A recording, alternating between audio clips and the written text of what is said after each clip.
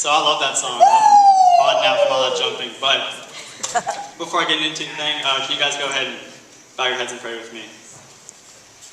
Dear God, thank you for such a great worship so far. I just pray that I'll be a vessel for your words and what you want to get out, and just get your message out to everybody, Lord. And I pray this in your name. Amen. Amen. Okay, so for those of you who don't know me, I'm Thomas. I go to Duluth High School. I'm a senior. I play baseball there. I have an awesome mom and dad over here and a little brother. He's a freshman. Yeah. And then I have a little 2-year-old dog named Ginger at home, so she couldn't come. So who was at the mini rush last month? Who was there? Yeah, didn't Julia do awesome? Her talk? Yeah, so she set the bar high for me, so I'm going to try and see if I can get close to that. So I'm going to start with a question for you guys, and that's what makes it so hard for us to love one another? In a world where we love celebrities, love clothes, love sports, what makes it so hard to love the people standing right around us? And I think it's a word we overuse, and it's just too easy to love ourselves and too hard to love those right there with us. So I have a video for you guys. It's a friend of mine named Julian. He's a big movie star, has his own TV show. He's actually a king. So here's Julian. Look, parade! Here's the perfect spot for my summer palace. So please, fill in all these holes and relocate the riffraff. Oh, who would leave a perfectly good headline around? Oh, wait, tell me about it. I'm in my prime here. I'm terminal, you know. Yeah, probably only have another 2 days left to live. That's a bummer, man. Oh, if I, King Julian, that's my name, only had 2 days left to live, I would do all the things I've ever dreamed of doing. Like what? I would love to become a professional whistler. I'm pretty amazing at it now, but I want to get like even better. Make my living out of it.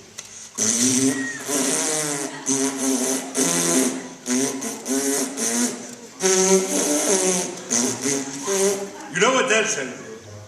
I would invade a neighboring country and impose my own ideology, even if they didn't want it. Easy for you to say, you're a king. Yes, and you're only just a sad little head. But there must be something you want to do before you die. Well, there is this one thing. What is it? Tell me. Yeah, no, I quit. I mean... What is it? You know, I just never really had the guts to tell Gloria how What I is feel it? about her. Please tell I never really me. had the guts to tell Gloria how I feel about her. How I've always felt about her. Fine, don't tell me. Oh, is it a woman? Oh, you didn't tell me you were talking about a woman.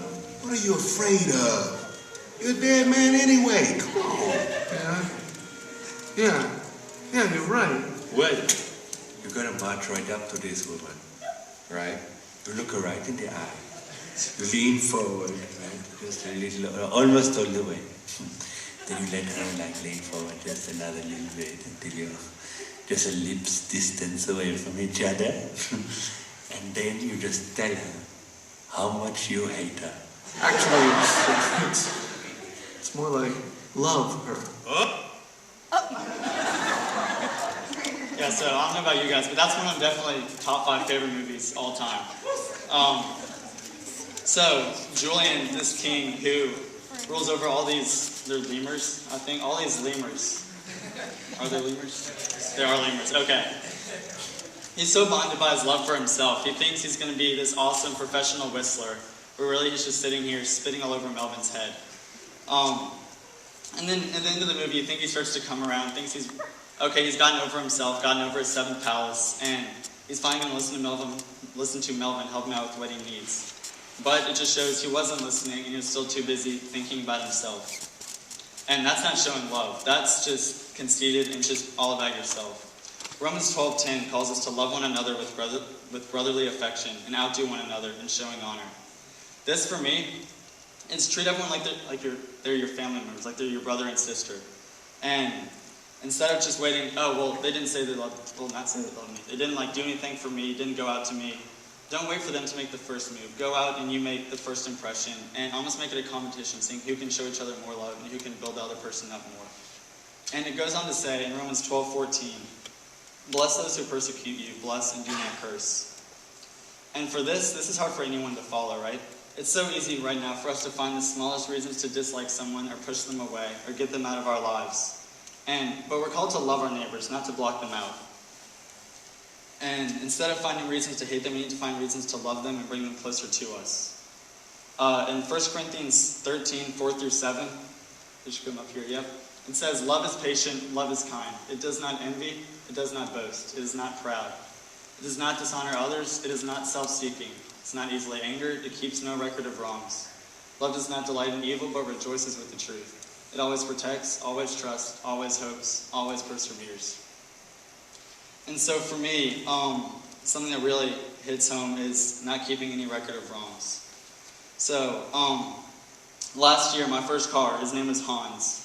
He was this really old Mercedes, right?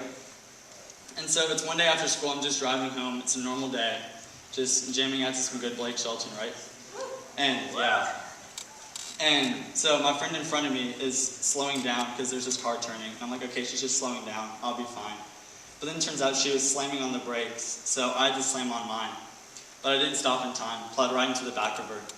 I was fine, everyone was okay, but I mean, that was my first car. I've had my license for probably 2 months, right? So I haven't even really proven myself on the road. And not really a good way to start off. But my parents, well, when I first called my dad, he thought I was kidding. I said, hey Dad, I just got in a car accident. My voice shaking, I'm like totally freaked out. First thing he says, you're kidding. I'm like, no Dad, I'm not kidding. Like my car's not working, like it's just, I'm standing here on the side of the road. But him and my mom both, they forgave me. They understood that I was young, I made a mistake. Because I wasn't texting anything. I was totally paying attention. But they still trusted me, they forgave me, they loved me, and got me a new car. It wasn't as nice of a car. It had 4 wheels, so it went, but it was definitely not, it was no Hans. And that's really showing love, right? And that's an action. And so love is a verb. It has to be a verb. You have to show people how much you love them. So this summer, like how Nikki was talking about, we have these big Rush conferences. They're like 3 days long. Go out on missions, sing, just all these devotionals. It's awesome. I love it. So a few days before Rush started, I'm just hanging out on my couch, just like a normal lazy summer day, and I get this buzz on my phone, and it's from GroupMe. I'm like, okay, that's weird. Like, no one's going to say anything. And it said, you've been added to dab. And yeah, so I can't dab for you guys because I can't dance. But I have no rhythm. I'm bad. I'm not going to dab. But anyways, so the first message, this is made by Julie, by the way, my friend Julie, who did so good bringing the chair out twice. And so I really knew this girl, right? Like, we talked maybe a couple times, made a lot of awkward eye contact, but never really had any real good conversation. At least it was awkward for me. I don't know.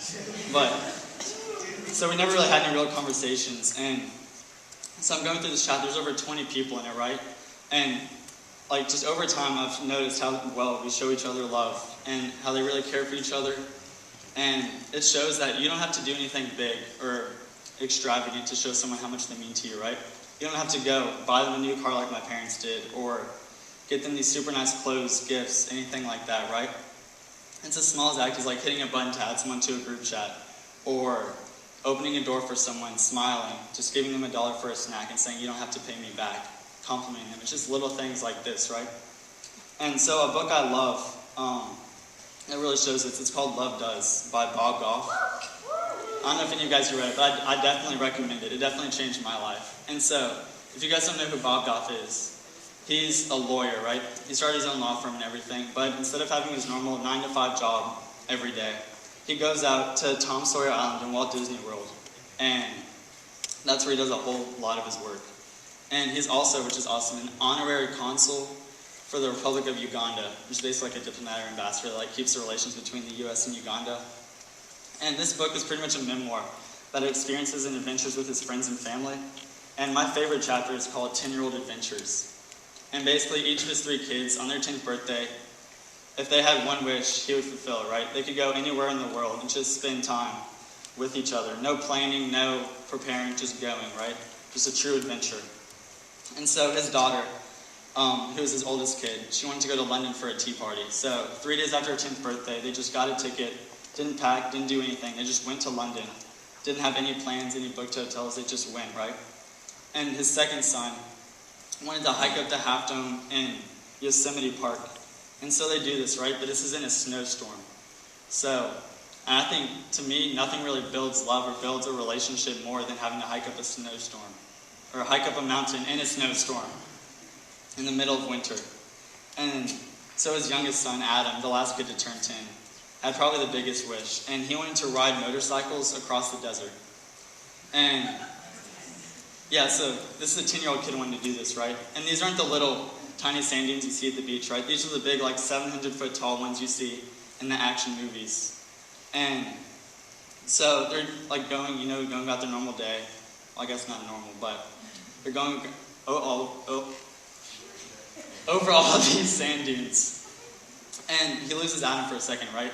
And so he's looking around trying to find him, and he hears the engine rev. And so he looks up, and before he can say no, just get Adam to stop, he sees him going over 60 miles an hour over like the peak of this sand dune. And as soon as they leave it, Adam and his motorcycle separate, right? So it's Adam over here, his motorcycle over here. So there's no chance of him getting back and sticking this landing, right? I mean, he's 10, he's no BMX biker. And so 120 feet later, Adam lands in the sand, surrounded by the scraps of what was once his motorcycle. And so I know some of you guys are thinking, well, crap, he's face down in the sand. He just flew 120 feet going 60 miles an hour. He's dead. But he didn't die. Okay, don't worry. The first words Adam says when Bob Goff gets over to him is, "That was awesome." And so I think we can look at a relationship with God the same way, right? 1 second we're taking on the biggest challenges, biggest issues, 60 miles an hour. Just no worries in the world. And the next we're face down, surrounded by the remains of broken friendships and a broken life. And with this, there's 2 paths you can take. You can take the first, the easy path of just rejecting the faith, getting away from it, right? You can be angry at God for doing this to you, cussing at him, spitting, and just flat out just mad at him for ruining your life and just throwing this huge curveball in your life. But you can take the second path, the hard path, which is sit back and see what God is trying to say to you. Is he trying to guide me in a different way? Do I need to stop, slow down, look at how I've been living my life? Or do I just need to drop everything and follow him? And I know this is cliche, and we've all heard it, but God gives his toughest battles to his toughest soldiers. He's saying, I know this is hard, but I'm here for you, and I love you. So I know some of you here may be going through hard times, and it's just wondering if God even loves you at all, if these bad things keep happening to you, or you think you've sinned too much for God to forgive you and God to love you. But that's not the case. You're one step away, always. And in Lamentations 3:31 through 33, it says, "For no one is cast off by the Lord forever. Though he brings grief, he will show compassion. So great is his unfailing love.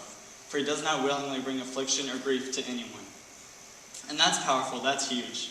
This isn't a God who's going to purposely make your life hard, go out of your way to give you tough times and big challenges. Things aren't always going to be easy. He never says that. And this is testing our faith, right? And this is him showing us that through everything, we can run to his loving and embracing arms. And just to think about it like that, we're all crafted individually, right? This God of the universe, God who created heaven, earth, just the whole solar system, everything. He handcrafted us too, right? He made us exactly who he wants us to be, how he wants us to be. And he uses these experiences from our past, now, and what's going to happen to shape us into the people we are and the people we're going to be. So what we need to do is let go and feel his love. And this is hard for me. For so many years I held on. I was like, no, I have to do this. All these selfish desires I'm holding on to. I have to impress people. I have to look good for them. I have to look cool. I have to act a certain way. But an awesome quote I found. It says, "Don't worry about other people's opinions of you. God never told you to impress people, only to love them." And that's awesome, right? God didn't say you have to go out, you have to be the coolest person, you have to be the most popular person, you have to be the most athletic person. He never says that. He says you just have to love people.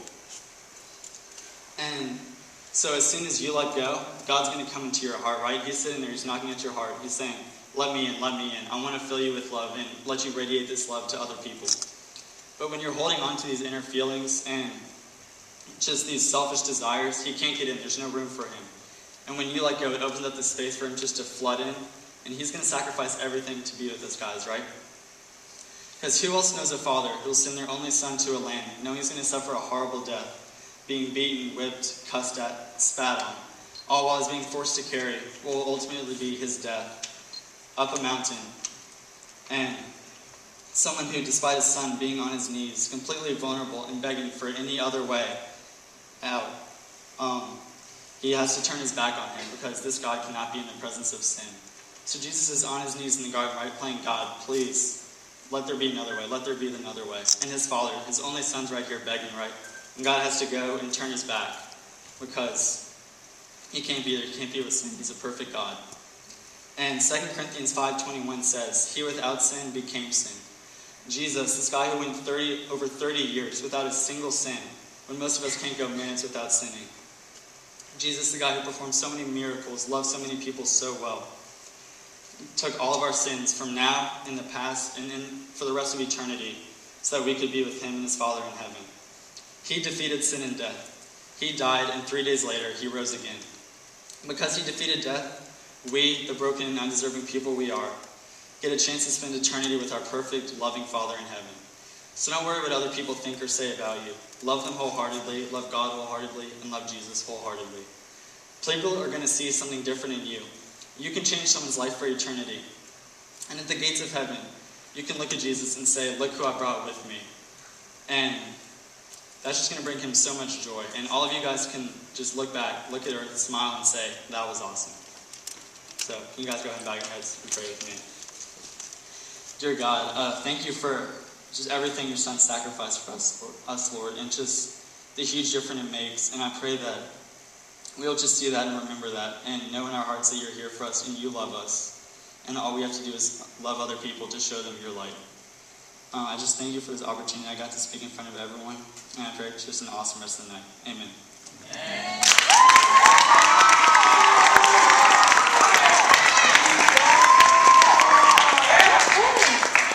All right, y'all, let's give it up for Thomas one more time. That was